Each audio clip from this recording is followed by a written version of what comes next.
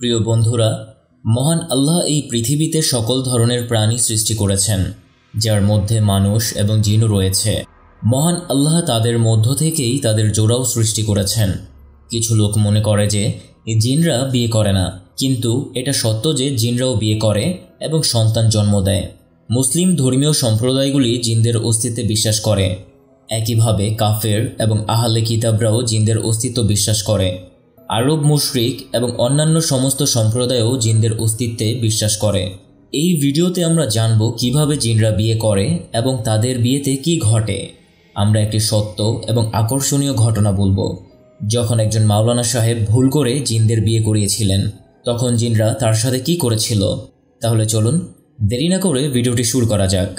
একজন মৌলভী সাহেব, যার নাম নওয়াজ, তিনি শিশুদের পবিত্র কোরআন শিক্ষা দেয় এবং কিছু শিশুদের পার্থিব শিক্ষার টিউশনও দেয়। আজকাল বিজ্ঞান অনেক এগিয়েছে। বিজ্ঞান এখনও জিন আছে কি না তা খুঁজে বের করতে পারেনি। তাই বিজ্ঞান বলেছে যে জিন নেই। অন্যান্য প্রাণী ছাড়াও ফেরেশতা এবং জিনের অস্তিত্ব রয়েছে, কারণ পবিত্র কোরআনে জিনদের উল্লেখ আছে। অতএব আমরা বিশ্বাস করি যে জিনই আছে, আর তারা আমাদের চারপাশেও বাস করে, যদিও আমরা তাদের দেখতে পাই না। ঠিক যেমন মানুষের মধ্যে ভালো এবং খারাপ মানুষ আছে, একইভাবে জিনদের মধ্যে ভালো এবং খারাপ জিন আছে। আজ আমি আপনাকে যে ঘটনাটি বলতে যাচ্ছি তা খারাপ জিন সম্পর্কে নয়, ভালো জিন সম্পর্কে। মাওলানা সাহেব বলেন যে আমি জানি না রাতের কোন সময় হঠাৎ করে আমার ঘরের দরজা টোকা পড়ল। কেউ দরজায় টোকা দিল। আল্লাহ আমাকে এই গুণটি দিয়েছিলেন যে আমি যত গভীর ঘুমেই থাকি না কেন, সামান্য শব্দেই আমার চোখ খুলে যেত। এই কারণেই আমি ঘুম থেকে উঠে দরজার দিকে তাকাতে লাগলাম। কিছুক্ষণ পর দ্বিতীয়বার টোকা পড়ল। তখন আমি আমার মোবাইলটি তুলে সময় দেখলাম, রাত 11:20 তখন বাজে। তৃতীয়বারের মতো দরজায় টোকা দিয়ে আমার নাম ধরে ডাকলো। আমি দ্রুত দরজা খুললাম। বাইরে তাকিয়ে দেখি দুজন অদ্ভুত যুবক দাঁড়িয়ে আছে। আমি তাদের চিনতে চেষ্টা করলাম, কিন্তু আগে কখনো দেখিনি। আমি জিজ্ঞাসা করলাম, আমাকে বলুন আপনি কে? তারা বলল, মৌলভী সাহেব, আমাদের এখানে একটি বিয়ে আছে এবং আমরা আপনাকে বিয়ে পড়ানোর জন্য নিতে এসেছি। আমি বললাম, মাফ করবেন, কিন্তু আমি আপনাকে চিনতে পারছি না। আপনার সম্পর্কে বলুন। তারা বলল, আমরা পাশের গ্রামের।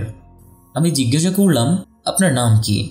তাদের মধ্যে একজন বলল, আমার নাম জিনজার এবং তার নাম এফাক। আমার মনে হলো এই নামগুলো খুব অদ্ভুত। কিছুক্ষণ কথা বলার পর আমি তাদের সাথে হাঁটতে রাজি হলাম। মাওলানা নওয়াজ বলেন যে তখন মার্চ মাস ছিল, তাই রাতটা একটু ঠান্ডা ছিল। তারা দুজনেই আমার সামনে হাঁটছিল এবং আমি তাদের পেছনে খুব দ্রুত হাঁটছিলাম, কিন্তু আমার কারণে তাদের ধীরে ধীরে হাঁটতে হয়েছিল।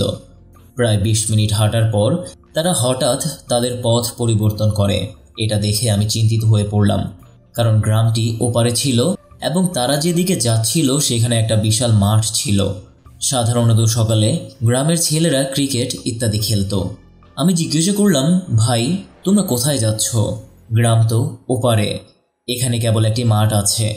তারা উত্তর দিলেন, হ্যাঁ, আসলে গ্রামে কোনো জায়গা ছিল না, তাই আমরা একটি ছাউনি তৈরি করেছি। আপনি আমাদের সাথে চলুন। তারপর আমি চুপচাপ তাদের পেছনে হাঁটতে শুরু করলাম। তারা বারবার আমার দিকে তাকাচ্ছিল, যেন তারা নিশ্চিত হতে চাইছিল যে আমি তাদের সাথে আছি কিনা। আমি আবার জিজ্ঞাসা করলাম, ভাই তুমি কি এখানে বিয়ে করছো? সে বলল, হ্যাঁ।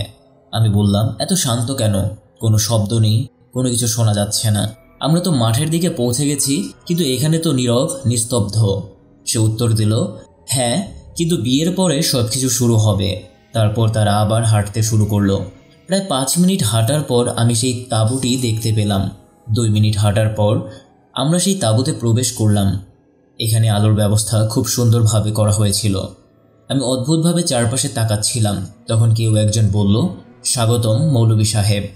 আমার সামনে কুর্তা এবং পায়জামা পরা একজন লোক দাঁড়িয়েছিল।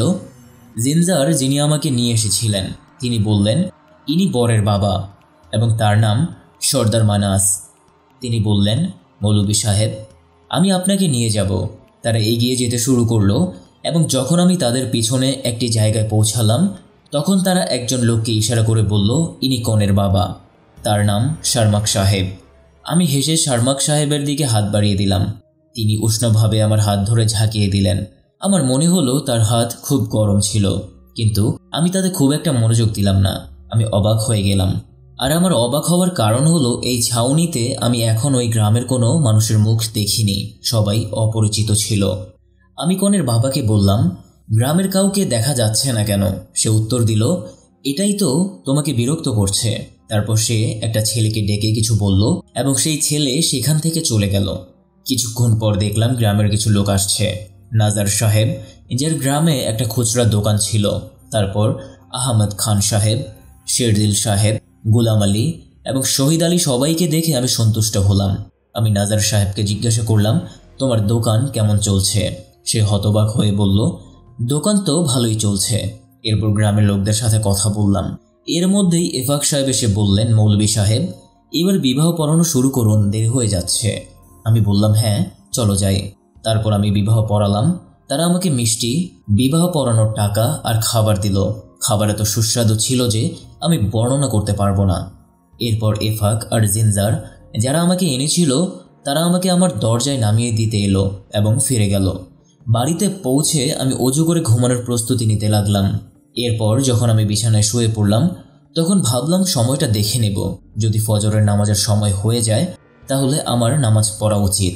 আমি আমার মোবাইলের দিকে তাকালাম এবং আমার হুঁশ উড়ে গেল, কারণ আমার মনে হলো আমি অনেকক্ষণই বাইরে ছিলাম। কিন্তু যখন আমি আমার মোবাইলের দিকে তাকালাম, খুব বেশি সময় কাটেনি।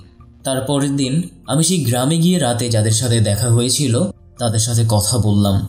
যখন আমি তাদের রাতের ঘটনা সম্পর্কে জিজ্ঞাসা করলাম, তারা বলল, আমরা তো রাতে আমাদের বাড়ি থেকেই বের হইনি, এমনকি কোনো বিয়েতেও যাইনি। এই কথা শুনে আমি অবাক হয়ে ফিরে এলাম।